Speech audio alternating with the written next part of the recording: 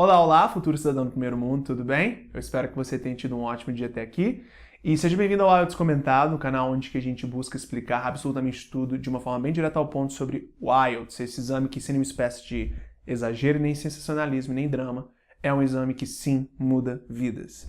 E bom, neste vídeo em particular vamos estar voltando nossa atenção para o Task 2, a redação de dissertação que você terá que produzir para o IELTS. E estaremos voltando nossa atenção para como estruturarmos nossas produções, tomando como referência os dois tipos de dinâmicas gerais que encontramos para todo e qualquer tema IELTS Task 2. É óbvio que cada Task 2, cada IELTS, cada avaliação IELTS tem um tema Task 2 diferente. Ou seja, a dissertação tem um tema diferente. Mas, de uma forma geral, as dissertações elas recaem sobre dois tipos de dinâmicas gerais que você encontra no IELTS. O primeiro tipo é To what extent do you agree with a certain point? Ou seja, até que ponto você concorda com um determinado tópico. E o outro tipo geral de dinâmica tema IELTS Task 2 seria The advantages and disadvantages of a certain topic, ou seja, as vantagens e desvantagens de um determinado tópico. E é óbvio que nem sempre você vai ter os temas tendo essas mesmas palavras nele, mas eles, de uma forma geral, sempre recaem na mesma lógica que estes temas gerais que eu acabei de definir aqui para você tem. E bom, a nossa produção tem que, idealmente, respeitar isso para nós termos uma produção com muito mais qualidade, não termos nenhuma espécie de desperdício de tempo, e isso é muito importante porque no IELTS, em especial no writing, o principal problema que as pessoas têm, fora questões de gramática e escrita, é a administração do tempo. Então, fica ligado, se mantenha aqui neste vídeo, já vai dando aquele like, é extremamente importante para a gente continuar fazendo este canal cada vez mais de qualidade e direto ao ponto para as suas necessidades, tudo bem? Então, vamos lá. Uma observação importante. Na descrição desse vídeo você encontrará um link que te leva a uma página onde você pode baixar gratuitamente um PDF onde você tem exemplos bem claros e específicos para esta dinâmica de produção IELTS Task 2, seguindo essas duas dinâmicas gerais. Então, caso você se interesse, caso não se interesse, tudo bem, eu compreendo, mas caso você se interesse, eu sugiro você realmente clicar no link e verificar este documento PDF, que novamente é gratuito e será de muita importância para o seu desenvolvimento. Então, voltemos a nossa atenção para este primeiro formato geral de tema Task 2. To what extent do you agree with a certain topic? Ou seja, até que ponto você concorda com um determinado tópico.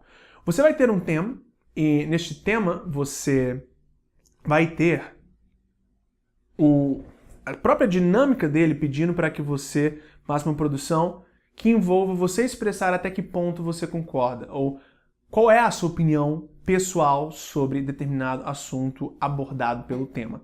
Vejamos, aqui nós não temos nada sendo pedido para você indicar quais são as vantagens e desvantagens. Portanto, é muito importante você, numa produção como essa, se focar única e exclusivamente nos seus pontos. Primeiro, na sua ideia principal, a quebrando em partes, nos parágrafos corpo, mas sempre se focando no que você acha. É desnecessário você voltar a sua atenção e abranger o outro lado da moeda, ou seja, o que pessoas que não concordam com você de fato pensam.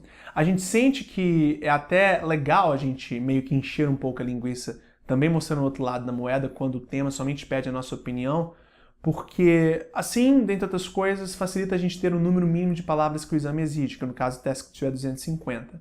Mas também, ao mesmo tempo que pode haver este benefício, há o malefício de você estar sempre entrando em tópicos que você não necessariamente realmente entende totalmente, e muito menos entende o outro lado da moeda, ao ponto de realmente poder estruturar o que ele pensa, o que ele sente e, portanto, desenvolver uma produção que seja realmente correta e que faça sentido. E, igualmente, você, quando vai para o campo da hipótese, com você simplesmente falando sobre o que pessoas que você não tem nenhuma espécie de relação de fato pensam sobre um determinado tópico, você aumenta a probabilidade de ter erros de semântica, de coerência e, por consequência, também gramática. Então, quando você se foca exclusivamente no que o tema pede, não abrangendo o outro lado da moeda, você não está cometendo nenhum erro. e você se mantendo limitado assim, ganha, pois você diminui a probabilidade de erros, em especial de semântica, e diminui toda e qualquer chance de você cometer e ter problemas no texto que seriam facilmente não feitos caso você se mantesse realmente focado em somente você, honestamente no seu próprio umbigo, no que você realmente pensa. Então, para esse tipo de questão, é realmente necessário, ao meu ver, na minha opinião, você se manter bem limitado à sua própria visão das coisas. Agora, você tem um segundo tipo de tema, que é este tema de vantagens e desvantagens, ou seja, what are the advantages or disadvantages? E aí sim, obrigatoriamente, é bem explícito que você tem que mostrar os dois lados da moeda.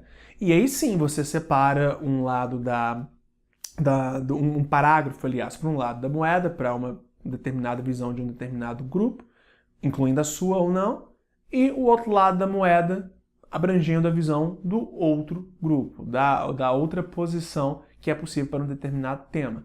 E assim, então, você realmente faz exatamente o que a dissertação exige de você. Agora, realmente as pessoas, mesmo quando não tem esse tipo de dinâmica de tema, ou seja, não tem um tema pedindo vantagens e desvantagens, eles acabam tendendo a realmente fazer exatamente isso, indicar as vantagens e desvantagens, indicar os dois lados da história, o que aumenta a probabilidade de erro, como já dito. Então, realmente se mantenha bem restrita ao que especificamente o exame pede e segure essa tendência de mostrar o outro lado da história, porque quando você não faz parte dele, a probabilidade de você errar, em especial em termos de semântica, é muito maior, tudo bem? E bom, uma última questão que é muito importante é a seguinte: você, independente de qual desses tipos de tema você tem em mãos, é sempre importante você manter em mente que, na introdução, a dinâmica a ser seguida, idealmente, é a seguinte: você tem que apresentar o seu tópico, você tem que apresentar o tópico do tema no seu primeiro parágrafo, em conjunto com a sua posição resumida sobre este determinado tópico, considerando que o examinador nem ao menos sabe do que é a dissertação. As pessoas muitas vezes pensam que, bom, já que eu estou escrevendo aqui a dissertação logo abaixo do tema, eu posso inferir que as pessoas que vão ler esta minha produção de fato sabem sobre o que eu estaria falando sobre. E de fato elas sabem, mas no contexto hipotético que o exame busca te testar, é para se tomar como referência o fato de que a pessoa que está lendo a sua dissertação não sabe qual é o tópico que você está abrangendo. Então, portanto, na sua introdução, você realmente tem que já ter o tema sendo abordado, deixado bem explícito sobre o que essa dissertação é sobre e qual é a sua posição sobre o tema. É óbvio que a sua posição é dada de uma forma resumida, porque nos próximos parágrafos, nos parágrafos de corpo da dissertação, é que você vai mais a fundo, tudo bem? Agora, um último ponto para fecharmos o vídeo. Este momento, que é o parágrafo inicial, você tem que se incluir o tema. As pessoas aqui tendem a escrever exatamente o que está escrito no tema do teste, no seu primeiro parágrafo.